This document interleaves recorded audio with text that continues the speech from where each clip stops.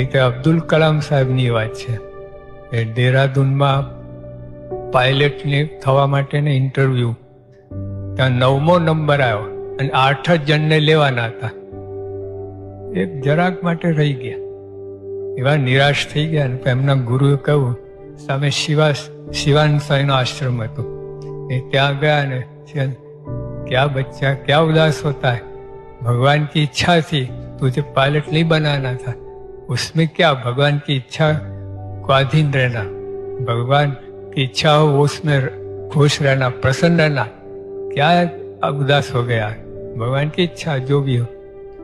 પછી અબ્દુલ કલામ સાહેબ પોતે જ બોલ્યા કે તે પ્લેનનો પાયલટ તો ના થયો, પણ એવું પ્લેન બનાવ્યું ને રોકેટ કે જેના ઘણું ઊંચે ઉડી શકે એવું એને. જો એ વખતે